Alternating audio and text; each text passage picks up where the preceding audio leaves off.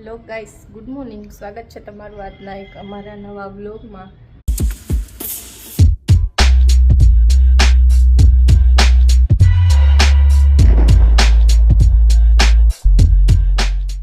તો જો વાગ્યા છે 11 અને અમે બેન જો હજુ ઉઠ્યા છે અને લેવા આવી હતી.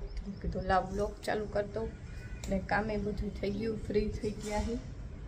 હવે નીચે જાય. આજે પપ્પાઈ ઘરે છે એટલે રસોઈ વહેલી કરવાની તબિયત સારી નથી એટલે નીચે જાય. પહેલાં યામી બેનને કંઈક ખવડાવી પીવડાવી લઈ પછી રસોઈ કરી. હું આવી હતી કપડાં લેવા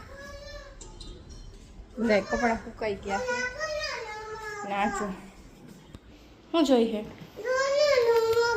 હાલો આપું. અત્યારે રીલેથી એક બે કપડાં લઈ આવી બસ પહેરતી મમ્માનું ટી શર્ટ.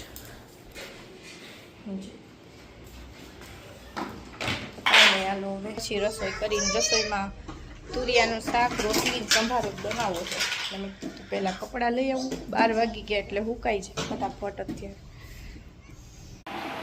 જો જમવાનું થઈ ગયું. રોટલી, સંભારો ને તુરિયાનું શાક અને એમી બેને ચાલુ કરી દીધું છે. ઓહો ભાઈગું યમીને મમ્મા ભાઈગું લે છે.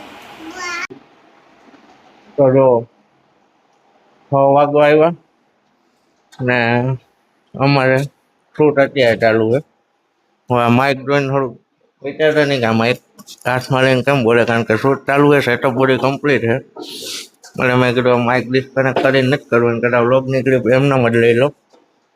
અહીંયા જો શૂટની તૈયારી ચાલુ. 7 વાગે મારે કામે જવાનું છે અને 6 વાગે હું શૂટ કરાવડાવું.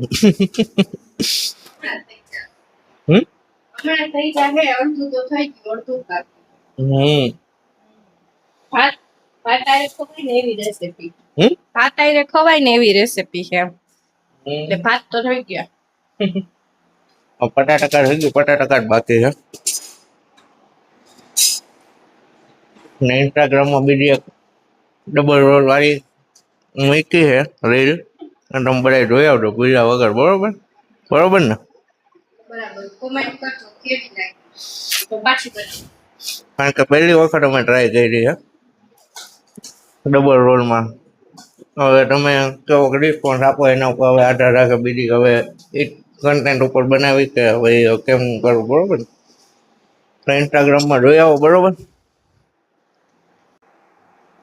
મને ખબર છે કેમેરો ચાલુ કર્યો ને અવાજ આવે તો રસોઈ કરતી હોય તો મારે ધ્યાન ન હોય. કોઈ 40 સેકન્ડની ક્લિપ લીધી હતા. કોઈ મેં લઈ લીધી.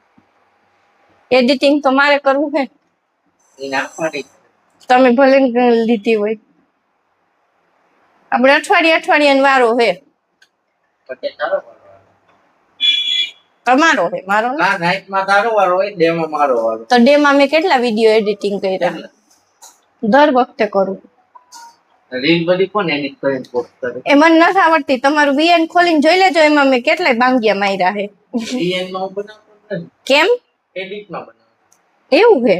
હું તો વીએન માં મચતી હતી. શીખી તોય ગમે એમ કરીને શીખી તોય ન થઈ. બંધ કરો, તેલ આવી ગયું છે. હવે ચાલુ ખબર છુપાઈ યામી જેમ છુપાઈ.